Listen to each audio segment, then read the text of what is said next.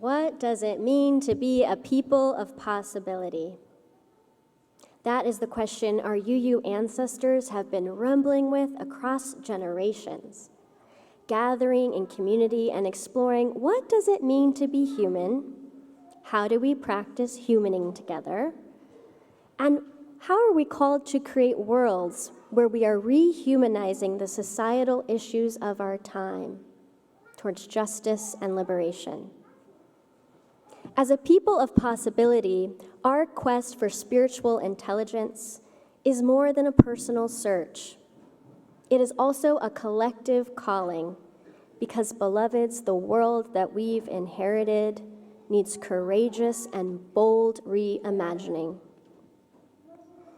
As a young girl, the question that was most alive for me, that shaped almost every decision of how I moved through the world, was this: what if I get in trouble?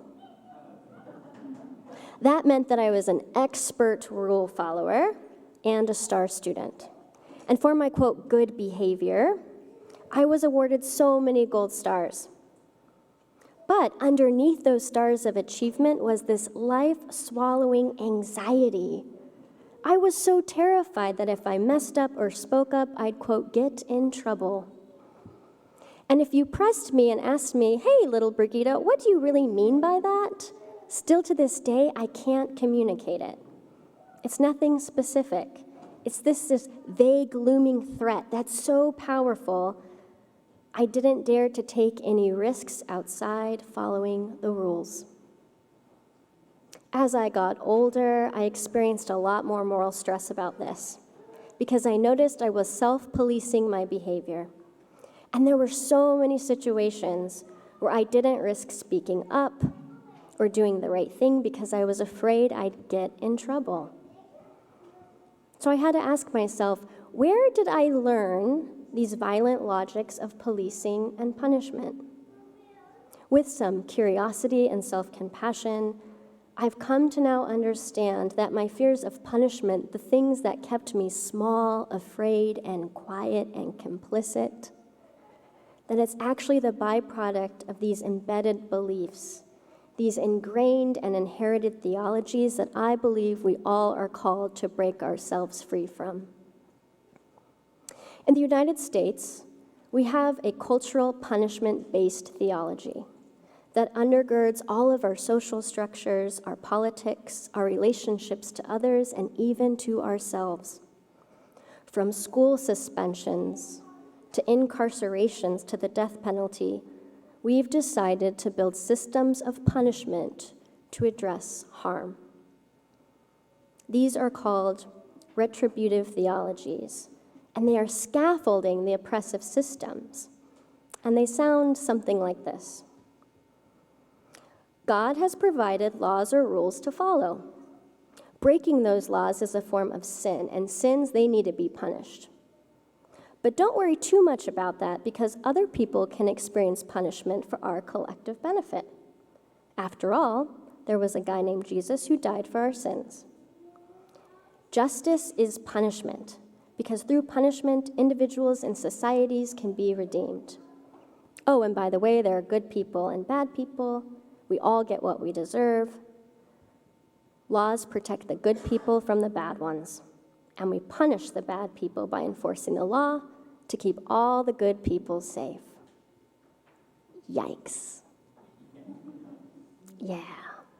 This is the punishment culture, or versions or flavors of this, that is embedded in the theologies that are steeped in this either-or thinking, good, wrong, good, bad, right, wrong. And all of these things never really address the root causes of harm or any of the factors that contribute to the ways in which we hurt one another. This violent system of policing and punishment masquerades itself as safety and accountability.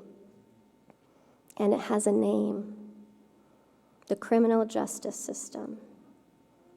And its tactics are very clear. Use mass surveillance, policing, and imprisonment to threaten, control, and kill indigenous, Black, and brown people, to suppress poor working-class whites, to criminalize queer and trans bodies, to detain immigrants and institutionalize people with disabilities.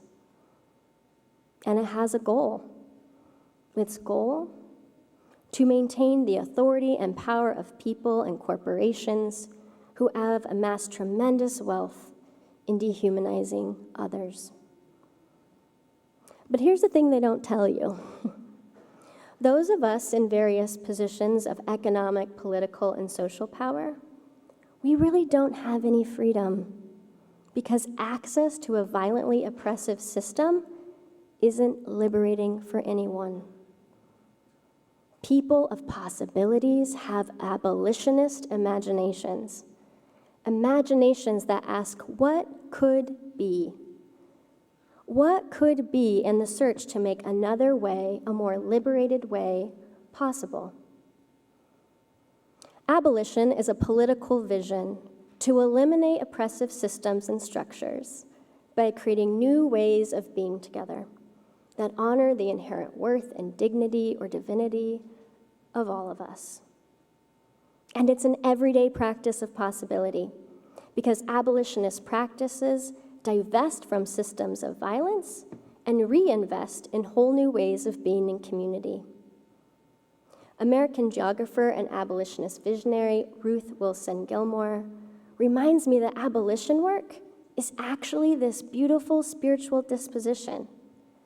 Because to have an abolitionist imagination, it's not just about erasure or absence of systems, but actually about presence. Being present to one another's humanness, being present to the ingredients that can make deep flourishing for us all. To engage in an abolitionist vision that is insistent another way is possible, entire new theologies that combat punishment culture and disposability are required. Theologies that center love and being in covenants of care. Theologies that vulnerably honor what it means to be human, that acknowledges we all will mess up, but we can heal and repair. Theologies that refuse to root accountability in punishment and revenge, choosing values of growth and healing and liberation instead. Theologies that affirm that nobody is disposable and that everybody, yes, everybody, has inherent worth and dignity. Beloveds, does this sound familiar? Yeah, it should, because it's our theology as Unitarian Universalists. Across generations, when others saw depravity and sin at the core of what it meant to be human, our faith tradition saw potential. And when others preached salvation and an afterlife, our faith tradition worked to create heaven on earth. As a faith community, we have a deep and long understanding that abolition is holy, sacred work, that together, as UUs, we are called to not only reduce the violence and the harm in our world, but radically transform the very systems that cause us to hurt one another. As a people of possibility, we believe another way is possible. And UUs have gathered together and fought tirelessly for abolition of all kinds, from the abolition of slavery and segregation to the abolition of war and nuclear weapons and the abolishment of the death penalty. Today's abolition movement understands that policing and incarceration are violent tools of political oppression that are criminalizing and killing our most marginalized community. So in today's time, in this hour, it is our theology of abolitionist imagination that encouraged our delegates in recent years at our big gathering called General Assembly to overwhelmingly vote for UUs to take urgent action to abolish mass incarceration and detention, and also invest in finding alternatives to policing. You see, as a people of possibility, us UUs, we are always deepening an understanding of what it means to be free. And this makes me feel pretty good, yeah? But there's more story here, beloveds. There's more to our story. Because in an honest reckoning with our UU history, we are not only responsible for actively resisting and trying to transform the harmful systems, but we are also very much responsible for the creation of these oppressive structures that are strangling us today. Tomorrow is a celebration of Juneteenth. Juneteenth is a holiday to commemorate the end of chattel slavery in the United States, the day when word about signing of the Emancipation Proclamation, the document that finally reached Galveston, Texas, 2 years after it was signed, the document that said, all persons held as slaves are henceforth shall be free. Tomorrow, on Juneteenth, we celebrate abolition, the abolition of slavery, not on the day that the document was signed, but on the day the message was delivered, that had a real impact on people's lives. In our UU history, we have a very complex relationship to the creation of slavery and the abolition of it. You see, there were Unitarian and Universalist ministers and churchgoers who actively defended slavery. Others were ambivalent. Some called for measured reform, not abolition, and the ones who said abolition now were deemed radical and dangerous.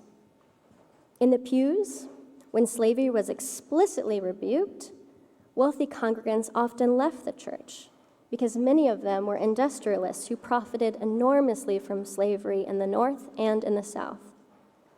And beyond our pews, many U.S. legislators were also Unitarian or Universalists, and they were deeply divided about what to do with slavery. It was a Unitarian senator from Massachusetts who comprised a package of Senate bills which included the 1850 Fugitive Slave Act. That was the law that federally allowed and even required assistance in catching and returning runaway enslaved peoples back to their enslavers. And it was a Unitarian president, Milford Fremore, who signed it into law, feeling that the only way to keep our country safe was if the government safeguarded and protected property, which included Black bodies. But there's more to the story. In 1850, when the Fugitive Slave Law Act was passed, another one of our spiritual ancestors, a Black woman named Frances Ellen Watkins Harper, was fleeing to Ohio, a state that did not allow slavery, to teach family sciences. Frances later moved to Pennsylvania, where she became deeply involved in the Underground Railroad movement and helped so many people escape enslavement, and became famous for writing poetry in the anti-slavery newspapers of her time. She quickly became a prominent abolitionist and women's suffrage activist, and thousands of people traveled to hear her lecture. Frances Ellen Watkins Harper also taught Sunday school and kept membership in the African Methodist Episcopal Church, and even joined the Unitarian Church in Philadelphia, committed to justice-making. In May of 1866, Harper delivered this very famous speech called "We Are All Bound Up Together." She gave this speech at the Women's National Rights Convention in New York, calling white women in to practice solidarity with women's suffrage. In it, Harper says this: "We are all bound up together in one great bundle of humanity.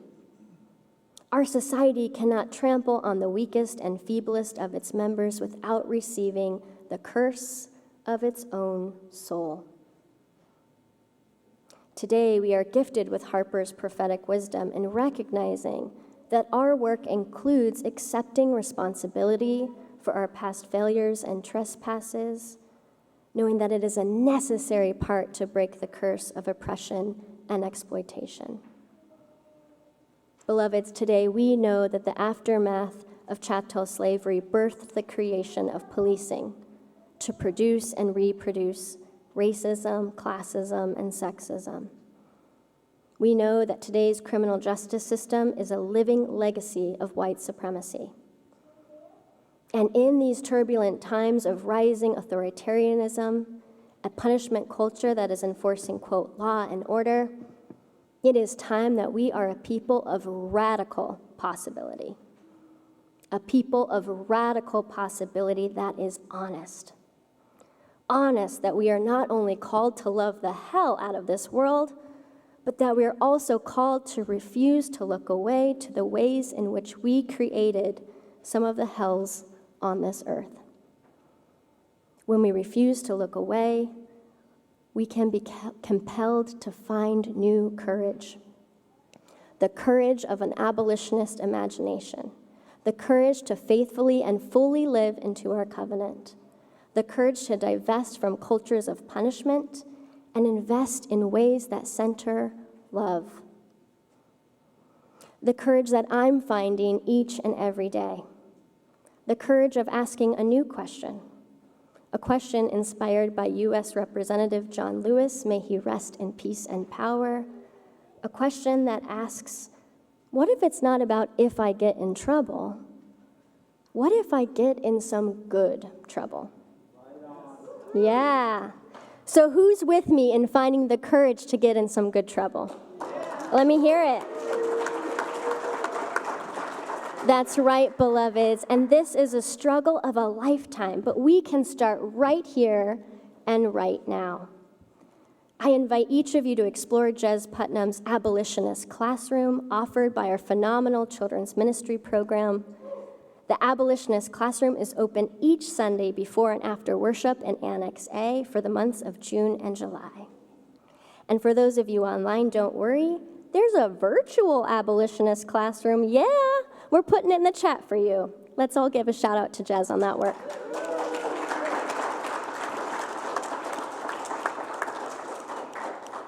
So, beloveds, this Juneteenth, I believe that we are called. We are called to take up the unfinished struggle of people engaging in the sacred and holy work of radical possibility. People like Frances Ellen Watkins Harper. People who get in good trouble and engage in transformative social change. May we all recommit ourselves to an abolitionist imagination and remember, another world is possible. May it be so.